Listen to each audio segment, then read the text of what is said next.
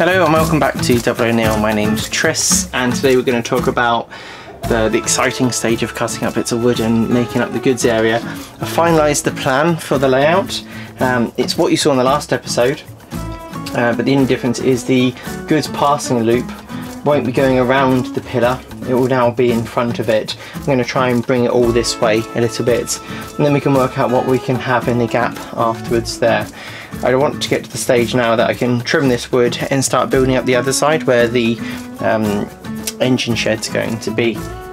Before I go any further, I just want to say to any of you that fancy subscribing, hit subscribe. It helps the channel a lot, helps it grow and helps it reach more people. The engine shed is going to be, I looked at some pictures and I've seen some that what will work out to be about 40 centimetres long, quite long, and basically is room for a large loco to go inside it, plus a bit more if I need to.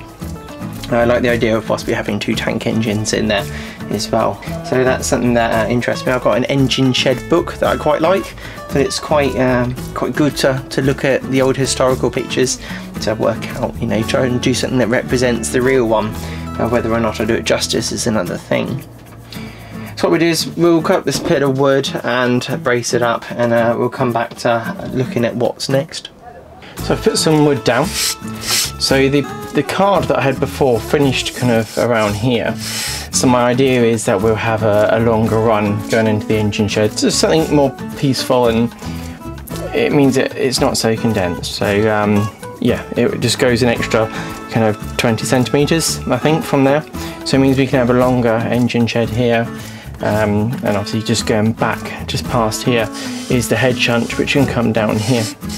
Behind here is the area that we had the bridge before, and with the bridge we had an area that was going to have a canal or a road coming underneath it. I'm not having that anymore, and all this area that's this side of the layout will be, it's going to all be fresh. I'll rethink what's happening with that. So I will get some wood under here eventually, but I can come to that later on. Now I'm in a position that I can start fixing things onto here, and if I want to, this will come up and I can take it downstairs and work on it if I want in my hobby room, which would be very nice to do that, so I'm not doing everything up here, and then I can blend it into the other side when I need to. On this side it's a bit more sturdy, obviously I can flex it a little bit, but I'm not too worried here. We can then look at started adding our track and our bits to it, but like some bits over here I can fix down here. I was going to get one big piece of cork and basically cover all the area.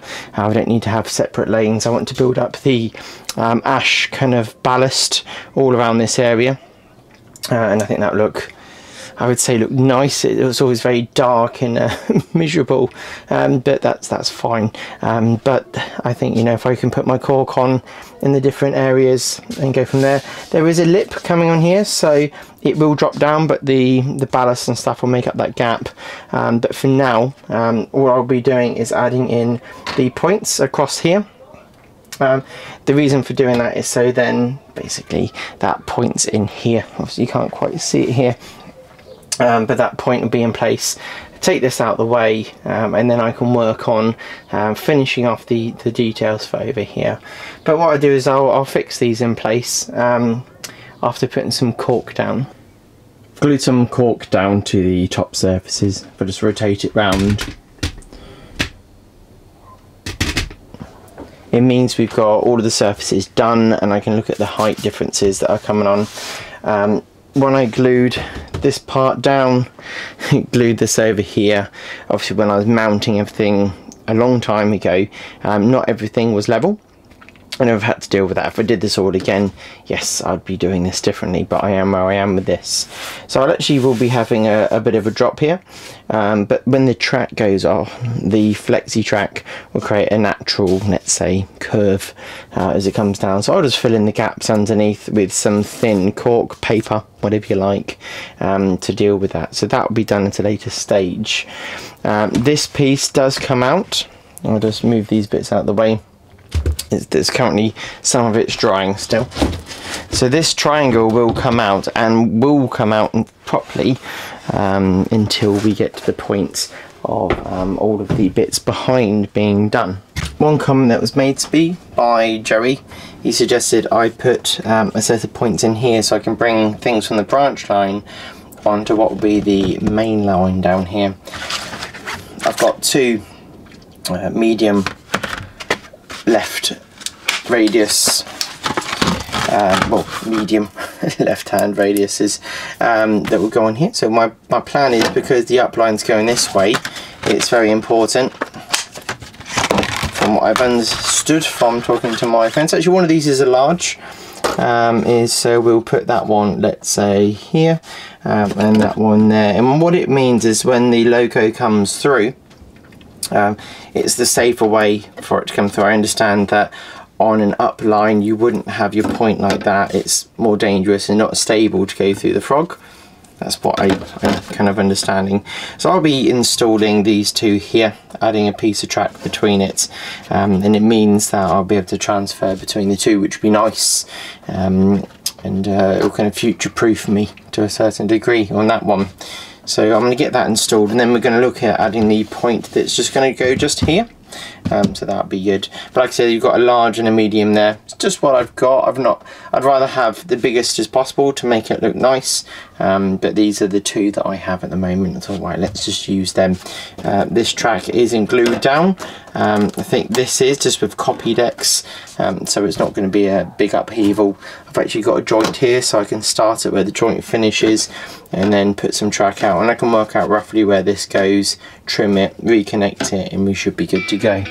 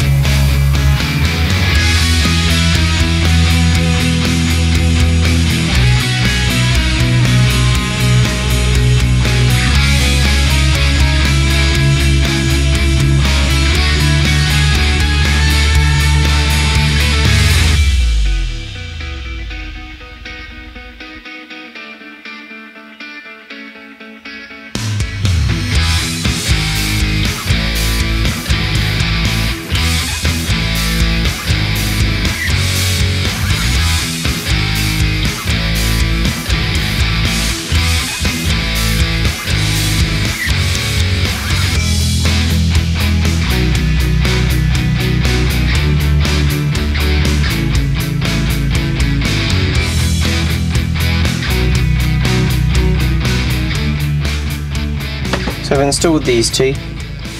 I'm not going to pin the points down just yet. I'll make sure everything runs okay.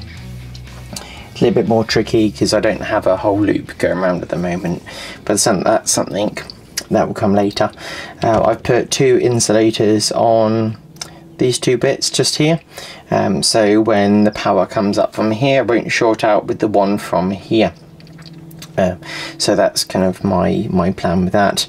So everything else should be okay when I do this. Maybe I need to put one in here as well, but that means the track won't be powered, so I'm thinking I might run one here, because those two, when you get the power from the frog going through here, it won't then connect with that one, and of course this outside one, when that comes down here, won't do that. So this will be powered by this frog. When this flicks that way, the power will go across there, so it will most likely short out with the power that's coming on here.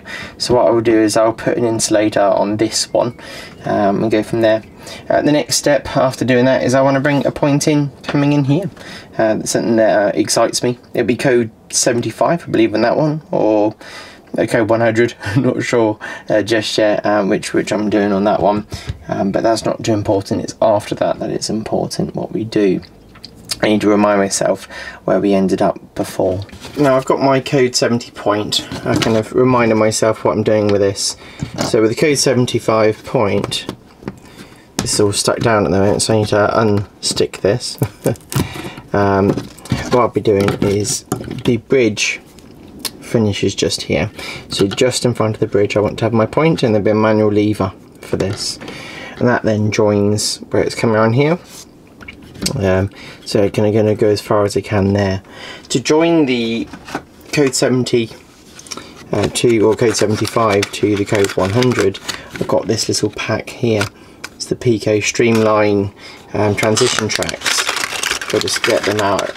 You just need the one for one side and one for the other side, and that will join in just here. So that will go in there. So I need to consider where I cut the track, to then where I add these. You can clearly see there's a chunkier side, which is this side. Yeah, chunkier this side, and then not so chunky on the other side. So that will just sit here. I'll make a mark with my pen, slice the track up, and then we can have our code 70 coming out, or code 75, I keep calling it code 70, code 75 coming out here with its much finer looking track.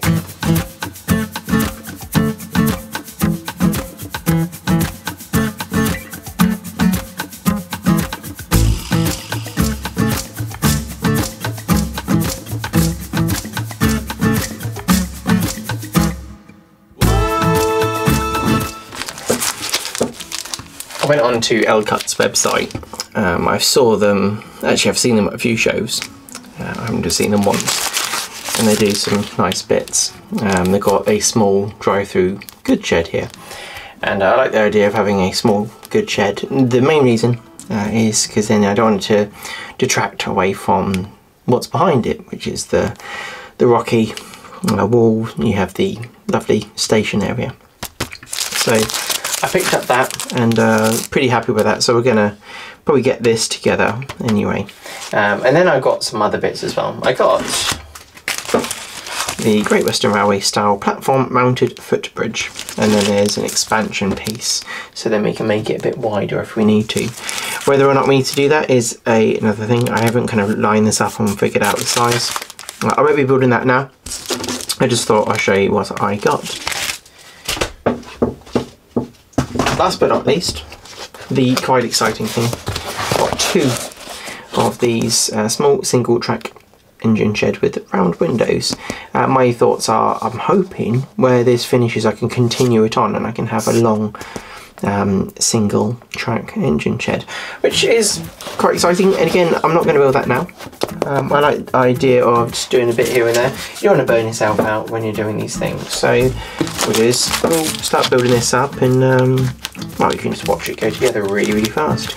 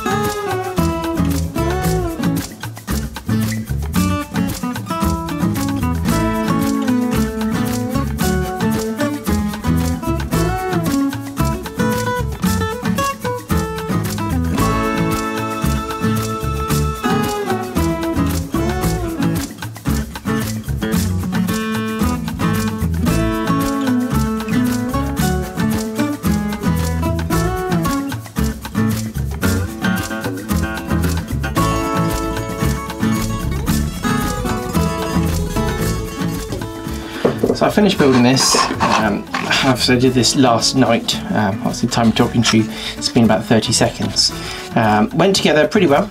The only thing that I found, because it's made out of what seems like card, well, I guess it is card, like a very dense card. When you're like trimming the roof tiles, some of the laminations fall off. So I got a sharper knife to see if that was the problem. But yeah, so you're just going to be careful with it and kind.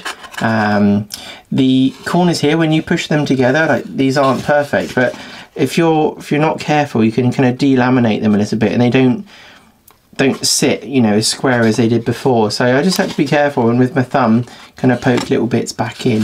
But you know, it went together pretty well. That's my only thing with it, really.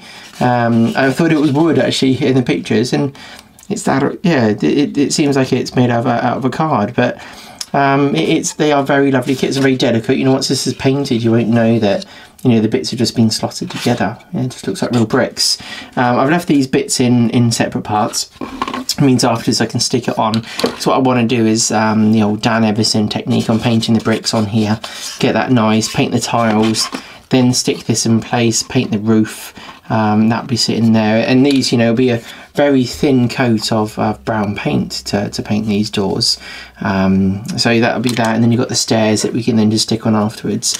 So I think now I'll just go through the route of painting it, and I'll show you a couple of clips of me doing that, and you can enjoy that if you like watching painting. Well, yeah, there's some painting coming.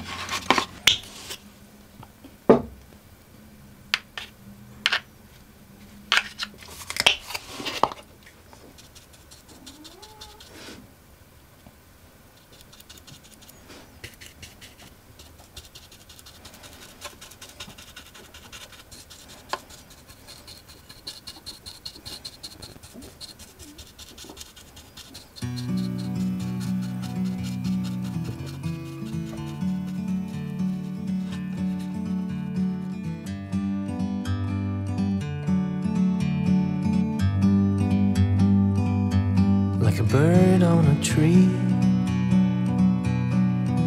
I'm just sitting here. I got time, it's clear to see. From up here, the world seems small. We can sit together. It's so beautiful, you and me. We meant to be in the great outdoors, forever free.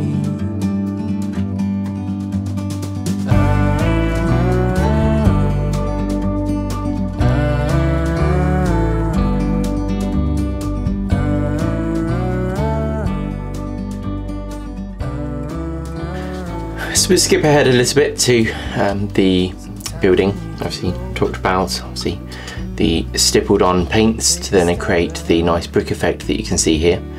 Genuinely happy with how that looks, and actually from a distance when you look at that building from, you know, 2 foot away, when you're looking at the layout going round, you'll find that, you know, any bits you're not too keen on, like on the corners here, I'm not quite keen on how where the bricks have slotted together. Actually, when you paint it, you know, the effects you get. I did go in manually and actually touch up some of the areas, because you're not going to see the back, but you're going to see the front. So I came in with a few darker colours around here to clean that up. But yeah, so I'm not going to kind of focus too much on that. I can also weather that a bit more and make it look a bit nicer. The roof was similar kind of type of effect. So I grabbed some white and black, white and black of the acrylics, which are by the Dalla and Rowney ones, obviously nice and cheap. Mix them up together and get some different shades to go on, and I stipple them on as well with the brush. In regards to stippling, if you don't know, it's kind of dabbing on, so the edges of the brush, when they're touching, they just kind of go on that way. If you get strokes going in, you can always see that it's been painted. Obviously, yes, it's all been painted, but you do get the benefit of a texture that builds up, just like what we have on the brick here. You get a nice texture building up there. Once that was done, I came in with a smaller paintbrush, and I touched in the smaller tiles with some lighter colours. I actually used some of my Vallejo greys because they're already mixed up, ready to go, but again you can mix up and then thin down the Della & Rowney cheaper kind of paints that you've got. Just get a little mixing pot. I just have one of these, as you know. It's very well used as a mixer, and you can peel out the paint after it's, you know, got too thick and too much in there. So once that was on, that dried, we then tied it all together with a wash.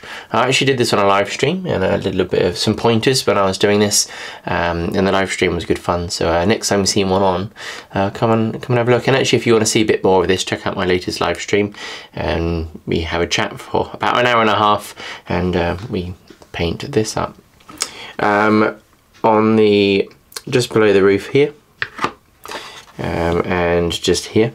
I always forget the name of this part of the roof. Is it the gables? The gable ends. I've painted these in a the dark stone colour. Once that was done, obviously we talked about doing the wash on the bricks. I just want to make sure I highlight that. That's using the buff titanium. I put it on kind of thick. I did water it down, but it just gets messy, and then I use some tissue to mop it off, and then once it seems like you've done it, you'll find that it's a bit creamy on the top surface. So what I do is I get a slight bit of damp tissue and I wipe the surface, and actually when you run a bit of matte varnish over it as well, picks out the red a bit more. So afterwards I will do a matte varnish coat over this. The wooden platform here, that's just a mixture of browns that I have here. By Vallejo. So I've got my mahogany, which is my base, my khaki brown and yellow earth. And as you can imagine, I've started out with the mahogany first, but I actually mixed that with khaki brown. I didn't go all in on that darker shade. We can mix the two there, and then I put more of a thin coat of the khaki brown. Being that these are the air paints, they are thinner anyway, so you don't have to thin them down so much. You can go a bit more direct, but if you thin it down, you can build up those layers. And then the yellow earth, which actually I use as my light stone colour, is the Great Western Railway colours. I brought that on a bit more neat to add to the surface. Obviously on the camera this actually doesn't look as nice, well, or maybe it does, you know, you tell me in the comments, but actually visually when you glance at it, it's absolutely fine. Then after that we have the canopy. I've just kind of, I feel like that needs to have I don't know, like a felt that would have gone on it, but obviously this is kind of like 1930s, 1940s. What would have been there, I'm not sure. I need to find out a bit more about that. But at the moment it's a stained wood canopy that can then sit on that, so I will glue that in place. But before I do that, I do need to paint up the doors and stick them on. This is a thin card. I was a bit worried about going in with the thick paint because I think we'll lose that detail that's on there. So I think I'll again use these but thin them down, and a bigger brush just douse them down, get them done. Same as the doors. I do wonder again about them, so I'm going to go in thinly because the gaps, you can feel that they've been laser cut, yes, but I'm worried that if I paint them too heavily I'll lose that detail and we'll lose that nice look of what this good shade is going to offer us. And then we've got the steps. I just painted them with the dark stone and they simply drop on the end here, so I will glue them on in place and they'll sit there, so they look tidy sitting there, and that can go on the layout soon.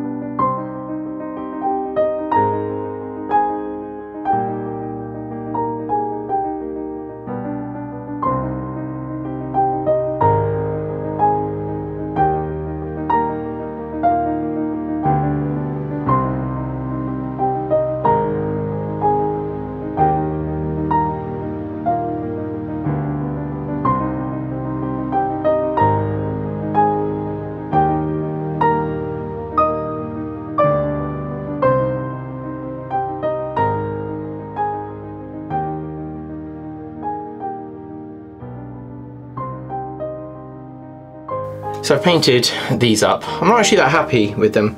I should have used the airbrush to spray it on. I tried to give equal coverage, but you can see I clearly failed on this. But what we do is we'll attach them and just see how it looks, because if not I can rip them off. I can always order maybe some more doors. I know they sell all the spare parts and everything. Order another good shed, and with things I've learned on this I can maybe do a better job on the next one. And maybe once it's on the layout, no one's going to actually notice what a terrible job I did at painting that. I've got the roller doors, they go on the front, not roller doors but sliding doors. They're going to go on here, so I'm going to glue them in place just to sit there, and that will look tidy. Yeah, so I'm just going to stick them down. I just painted the tops black, and I added like the dark stone is the colour for obviously the raised bits, and behind it would be the light stone. Like I said, I'm not too happy with the job I've done, but you know, we learn, don't we? Well, we try to, and go from there. But I think once it's all together, it'll be good. So yeah, stick these on. I'll just use PVA as I've done before, and put a little bit of weight behind it, and yeah, let that dry.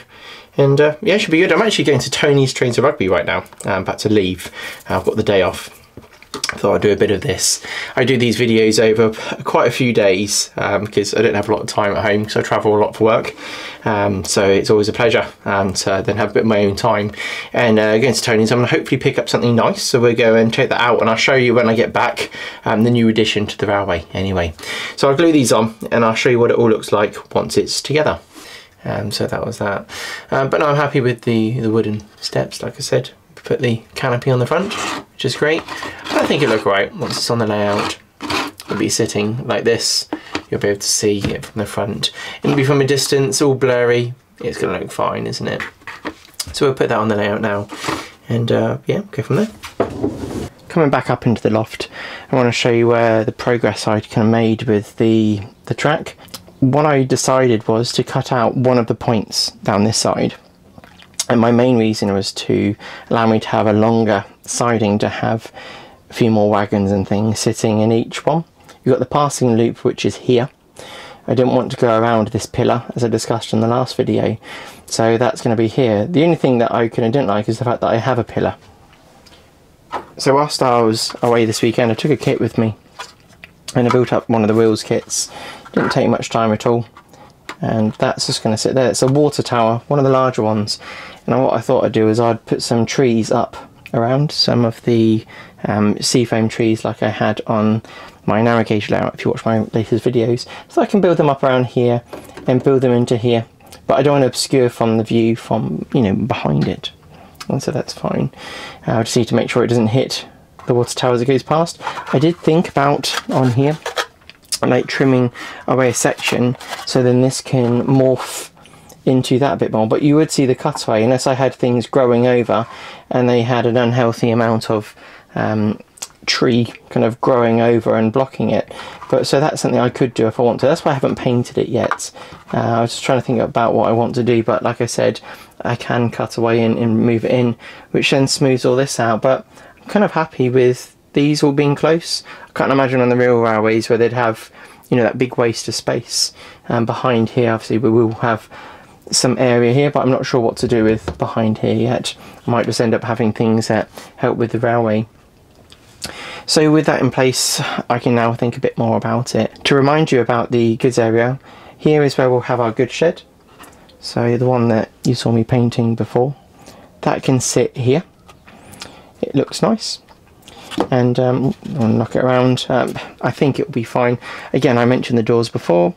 I will probably forget about them over time, but I do want to redo that at some point. You could even take them off completely if you really wanted to, I guess.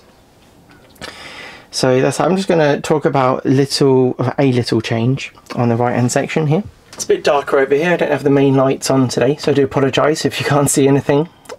So to remind you how it will work with the goods line, so goods will come in and it can come straight in here and sit on one of the sidings.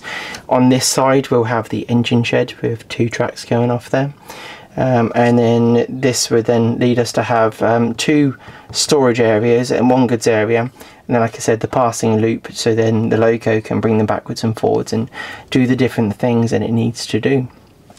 You have a head shunt which is very long this side, which is the intention, and on the other side there's length for a loco. The one addition that I wanted to make to it, now that I've dropped out a point out of here because I wanted that larger area, I wanted to put a point just in here, which would then feed onto an area that you could have a coach sitting in standby for storage, or if there's a problem, or even something that's just going to sit there, part of them organising the goods that's coming.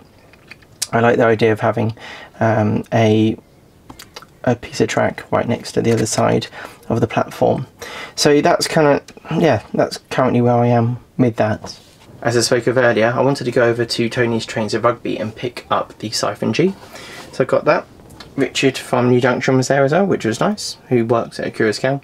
And Tony had a lot of these waiting to basically go on the shelf and go out to all the people that had ordered them, so he had a lot of them, and fortunately there was one for me which I'd ordered from him at the time. Packaging looks really nice, but what we do is look on the inside at the more important thing. Here we have the Siphon G. It's a lovely looking van. It's got the nice white marks on the areas that things need to be greased. You've got the brake handle with a bit of white on, and when looking at it, you've got the handlebars. They've all got like they're bent little bits of brass that have been placed on there, and there's some small other little bits there. When you look on the ends, because I've been working on locos myself and wanting to add details, I'm appreciating all the small bits of wire that are in places, as well as underneath. It's pretty intricate underneath. It probably, yeah, it was a good conversation in the office when they were doing this of whether or not they should make it so, well, so intricate, but it looks great from the side view when you see all the little wires and bits going across, all the pieces of metal that would have been there. So I'm very impressed by that. The details are very nice. Obviously I like the Great Western Railway, so that's the livery that I went for. In brown there's two within the range for the Siphon Gs, 2 different numbers, so if you wanted to you could get 2. I don't have a large railway, I'd like to have one, didn't want to miss out on getting on it, or on the ladder of getting one of these. So yeah, so that's nice. So with that on the layout, that'll be nice. I can add it on to the express trains that are coming through. It did come with some nice information. Let that roll down. I'm not going to read any of it to you because I don't think you'll be that interested, but I know there's been a lot of information about these out there by other YouTubers as well as the company themselves, but it says from milk to mail and how this evolved through the years. That's quite a nice thing to read. I haven't read all of it. I had a little look on the front, but you've got the bits on the inside of the different liveries, as well as how it goes together, which is nice to see all the individual bits, as well as it keeps going on there about obviously what it went through its career. So yeah, so when you do get one of these, you'll get this, and I'm happy I've got one. And I've seen quite a few YouTubers talking about them and have been kind of quite excited about when Tony gets his delivery, so then I can have a look at mine. But as with all things, this video is going to come to an end, and I just want to say a big thank you to my patrons and my channel members. Thank you for your support as always. Thank you to the subscribers. Comments that are left on the video, always very appreciated. Give me some feedback on various things you think of. I'd like to know what you think about the water tower, if I should cut it out, push it in. The goods shed I'm happy with. If I was doing it again, like I said, I'd change the doors, but I'm quite happy with this smaller size. It doesn't dominate the scene. It means that the station is still the main scene as part of this, so I'm quite happy with that. Anyway, look after yourselves, take care, and I'll see you on the next episode.